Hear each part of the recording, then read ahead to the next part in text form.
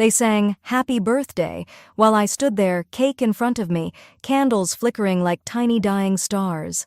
The room was warm, filled with people I loved, people who loved me. Then my husband cleared his throat and said the 5 words that shattered everything. "I'd like you to meet Sienna." The room went silent. Every eye turned to the blonde woman standing just a little too close to him. And me? I smiled, because I already knew exactly how this night would end. If you've ever felt betrayed by someone you trusted with your whole heart, hit that like button right now. And subscribe, because what happened next changed everything. Trust me, you need to see how this ends.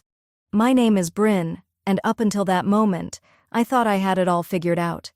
I'm 32, a marketing executive at one of the top firms in the city, the kind of woman who color codes her calendar and never misses a deadline. For 8 years, I'd been married to Grant, this charming, ambitious real estate developer who could sell ice to someone living in the Arctic. We had the house, the cars, the Instagram-perfect life that made people double tap and leave comments about relationship goals. But here's the thing about perfect pictures. They only show you what someone wants you to see. The cracks started showing about 3 months ago. Grant was working late more often, always buried in his phone, always with an excuse that sounded just reasonable enough to quiet the alarm bells in my head. He'd come home smelling like perfume that wasn't mine, and when I'd ask, he'd laugh it off, say it was from a hug with a client or colleague. I wanted to believe him. God, I wanted to believe him so badly that I ignored every single red flag waving violently in my face. Then, 2 weeks before my birthday, I found a receipt in his jacket pocket while I was taking it to the dry cleaners. Diamond earrings. $3,000. I waited, thinking maybe they were for me, maybe a surprise gift. My birthday was coming up after all. But the days passed, and those earrings never appeared. That's when the knot in my stomach started tightening, when sleep became this impossible thing I'd chase until 3 in the morning. I'd been planning my own birthday party for weeks because Grant said he was drowning in some massive commercial deal and couldn't handle the logistics. I booked the private dining room at Marcello's, this upscale Italian place where we'd had our rehearsal dinner. I sent the invitations, arranged the menu, picked out my own damn cake. He promised he'd be there on time, promised he'd make it special. And I believed him, because what else could I do? Suspicion is exhausting, and I was so tired of feeling crazy. The night of my party, I stood in front of the mirror in my red dress, the one Grant used to say made me look like I could conquer the world. I put on lipstick with shaking hands, told myself I was being paranoid, that everything would be fine. My best friend Delilah picked me up, squeezed my hand in the car and said, "Tonight's about you, babe. Whatever's been weighing on you, let it go for one night." I nodded, forced a smile, and walked into that restaurant with my head held high. Everyone was already there. My parents, my sister, our closest friends, people I'd known for years. The room was beautiful, candles everywhere, flowers I'd picked out myself. And then Grant walked in, 30 minutes late, with her. Sienna, young, blonde, confident, wearing a smile that said she knew something I didn't. My heart dropped straight through the floor. Grant introduced her as a colleague, someone from his office who'd been instrumental in closing that big deal he'd been obsessing over for months. "Sienna's been a lifesaver," he said, and the way he looked at her when he said it made my skin crawl. There was something in his eyes, something soft and familiar that used to be reserved only for me. She smiled at everyone, played the part of the friendly coworker perfectly, but I saw it. That flicker of something more when their hands brushed as he pulled out her chair. Right next to his. Across from me. I watched them all night, pretending to listen to conversations, nodding at the right moments, laughing when I was supposed to. But my attention was locked on every single interaction between them. The way he leaned in when she spoke, like her words were sacred. The way she touched his arm, casually, comfortably, like she'd done it 1,000 times before. They had inside jokes. When someone mentioned a restaurant downtown, they both laughed at the same time, sharing this knowing look that excluded everyone else at the table. My mother noticed. I could see it in the way her smile tightened. Delilah's eyes kept darting between them and me, her jaw clenched so hard I thought she might crack a tooth. Grant was barely looking at me. On my birthday. At my party. He'd asked Sienna about her day, complimented her dress, refilled her wine glass before it was even half empty. Meanwhile, I sat there with an empty glass and a full heart of rage that was building like a storm about to break. When I tried to join their conversation about some property listing, Grant actually held up a finger to silence me so Sienna could finish her sentence. That's when I felt it, that shift from hurt to something much darker, much more dangerous. Dinner was served and I couldn't taste anything. Every bite turned to ash in my mouth. I kept thinking about those diamond earrings, about the late nights, about the way he'd stopped kissing me goodbye in the mornings. It all made sense now. Sienna excused herself to the restroom, and I watched Grant watch her walk away, his eyes following her like she was magnetic north and he was completely lost without his compass. Delilah leaned over and whispered, "Bryn, what the hell is going on?" I just shook my head, didn't trust myself to speak without screaming. My sister was staring at Grant with pure disgust. My father looked confused, like he couldn't quite piece together what he was witnessing, but knew something was very, very wrong. The entire table had this tension hovering over it, thick and suffocating. But Grant seemed oblivious. Or maybe he just didn't care. When Sienna came back, Grant stood up to pull out her chair. He never did that for me anymore. The servers brought out my cake, this beautiful 3-tiered creation with gold leaf and fresh roses, and everyone started singing Happy Birthday. Their voices blended together, and I stood there, staring at 40 flickering candles, feeling like I was watching my life from outside my body. Grant had his arm around the back of Sienna's chair. Not mine. Hers. The song ended, and everyone clapped, waiting for me to blow out the candles. But before I could even lean forward, Grant cleared his throat and stood up. He tapped his glass with his fork, that universal signal for an announcement, and my stomach dropped. I knew. In that moment, I knew something terrible was about to happen. The room fell silent.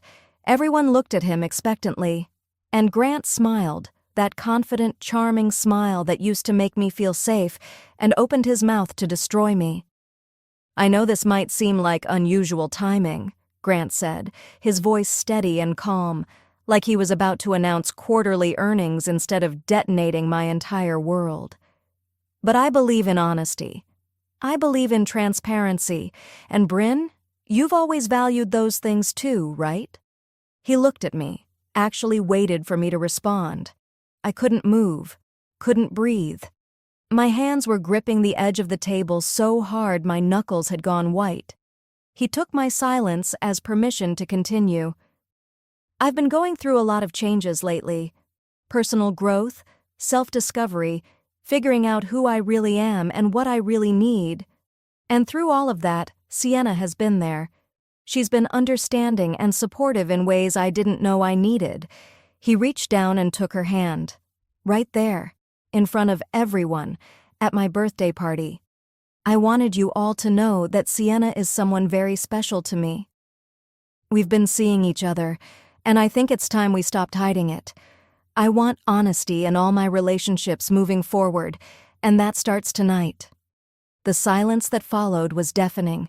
Someone dropped a fork, and it clattered against a plate like a gunshot. My mother made this sound, somewhere between a gasp and a choke.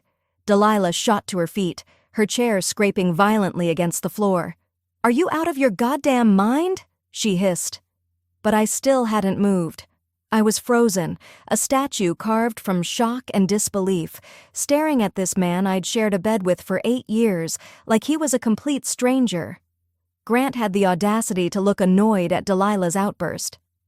"See, this is exactly the kind of reaction I was hoping we could avoid. We're all adults here. I thought we could handle this maturely."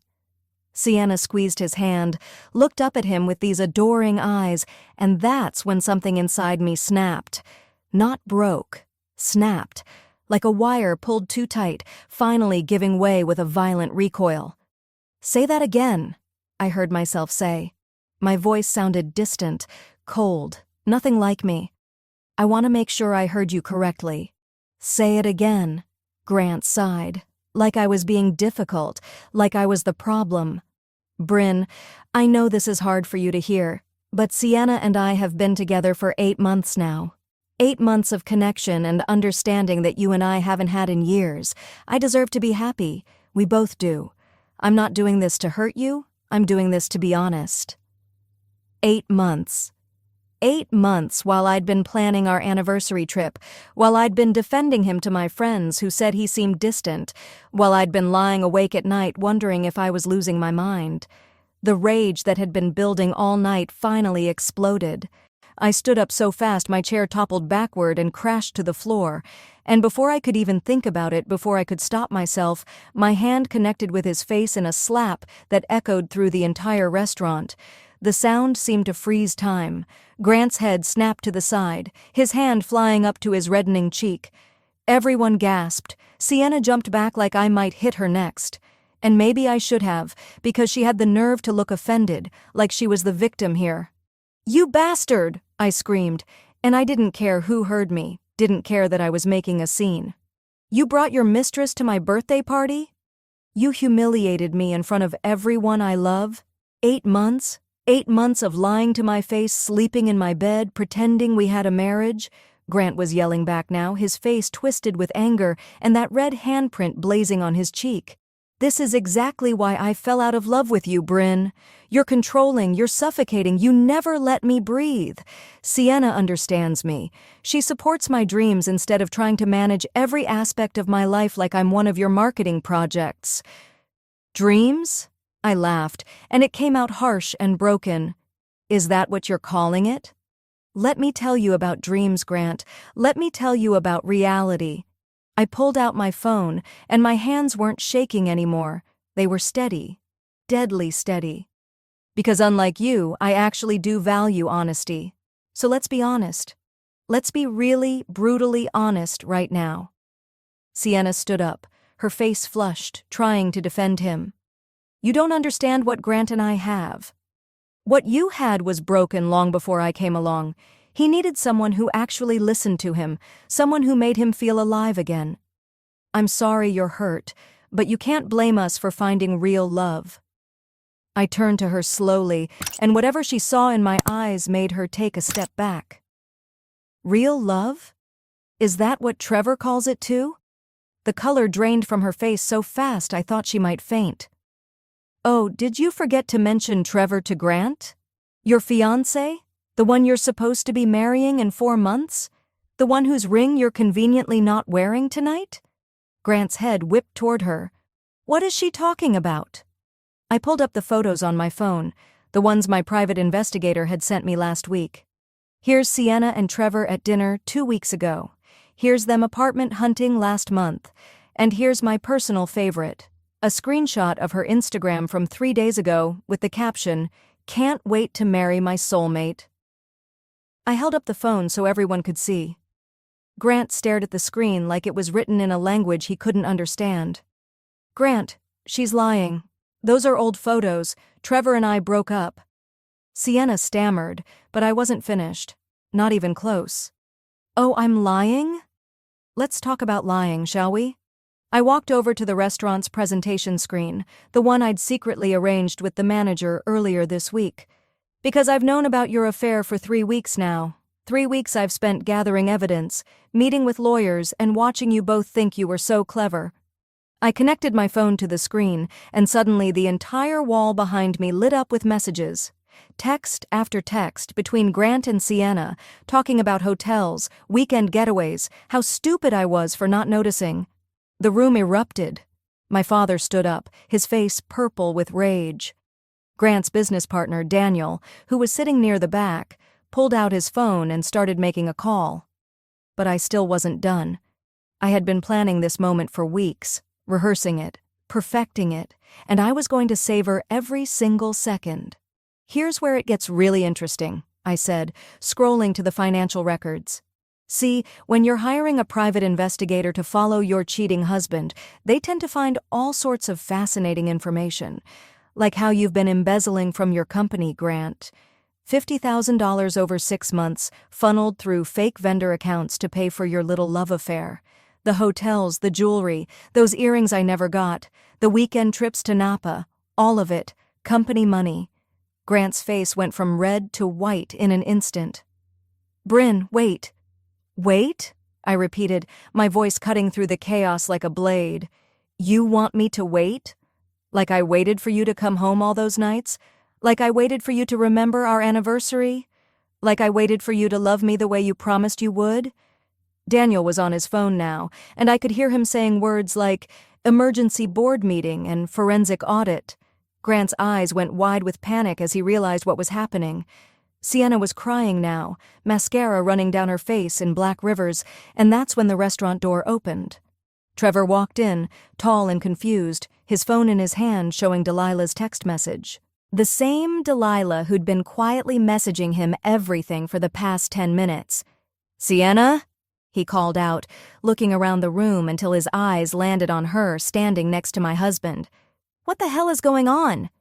"Your friend texted me that you were here with another man. Tell me this is a joke." Sienna's sobs turned hysterical. Grant tried to step toward Trevor, hands up like he was approaching a wild animal. "Look, man, this is complicated, but Sienna told me she was single." Trevor's fist connected with Grant's jaw before anyone could stop him. Grant went down hard, knocking into the table, sending wine glasses crashing to the floor. Women screamed, men jumped up to separate them, and I just stood there watching my husband sprawled on the ground, finally getting a taste of the pain he'd been serving everyone else. Security guards rushed in, the ones I'd specifically requested be on standby tonight. They pulled Trevor back while Grant struggled to his feet, blood trickling from his split lip. "Bryn, please," he begged, and the desperation in his voice should have felt satisfying, but it just made me tired. "We can work this out." "I made a mistake. I'll end things with Sienna. We can go to counseling. Please don't do this." I walked over to where he was standing, looked him dead in the eye, and said, "I filed for divorce 3 days ago.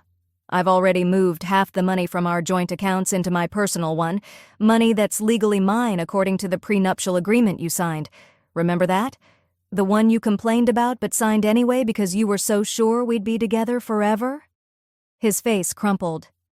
"Everything you're about to lose, Grant, you did to yourself.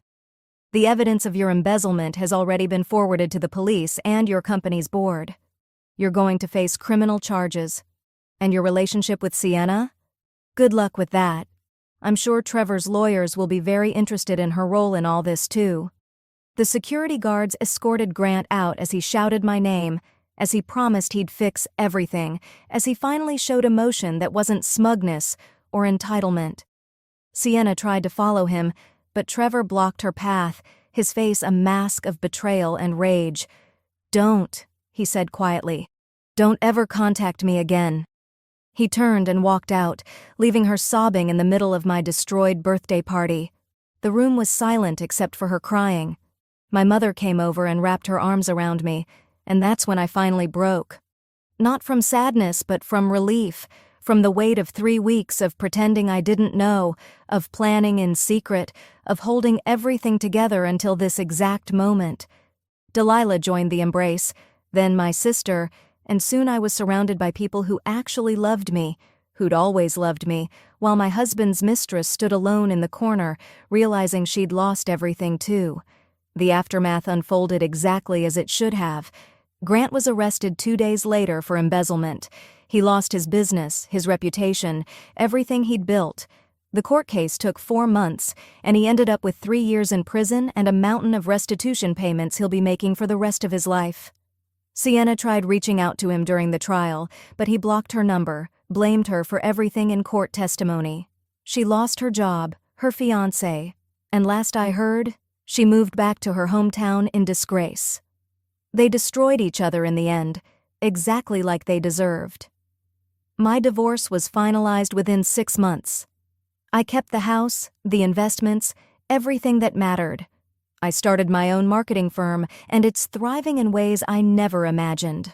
I've also become an advocate for women leaving toxic relationships, helping them see the signs I ignored for too long. That night, when Grant thought he was announcing his freedom, he was actually sealing his fate. He underestimated me. They always do. Here's what I learned through all of this. Betrayal doesn't break you if you refuse to stay broken. And revenge isn't about hurting them back. It's about protecting yourself and making sure they can never hurt anyone else the same way. Sometimes the best revenge isn't screaming or crying. It's being 10 steps ahead. It's knowing your worth when they've forgotten it. It's walking away with your head high while they're left standing in the ruins they built themselves. If this story hit home, if you've ever been betrayed or underestimated, smash that like button. Share this with someone who needs to hear it, and subscribe, because I have so many more stories about what happens when people think they can get away with anything. Spoiler alert, they can't. See you in the next one. And that wraps up today's story. Now we want to hear from you. Where are you watching from? Drop your city or country in the comments, and let's see how far these stories reach. If this story moved you or gave you chills, give it a like, share, and subscribe for more powerful stories. One last thing, rate the story from 1 to 10 in the comments. Your feedback helps us bring you even better ones next time. Thanks for watching. We appreciate you being part of this storytelling journey.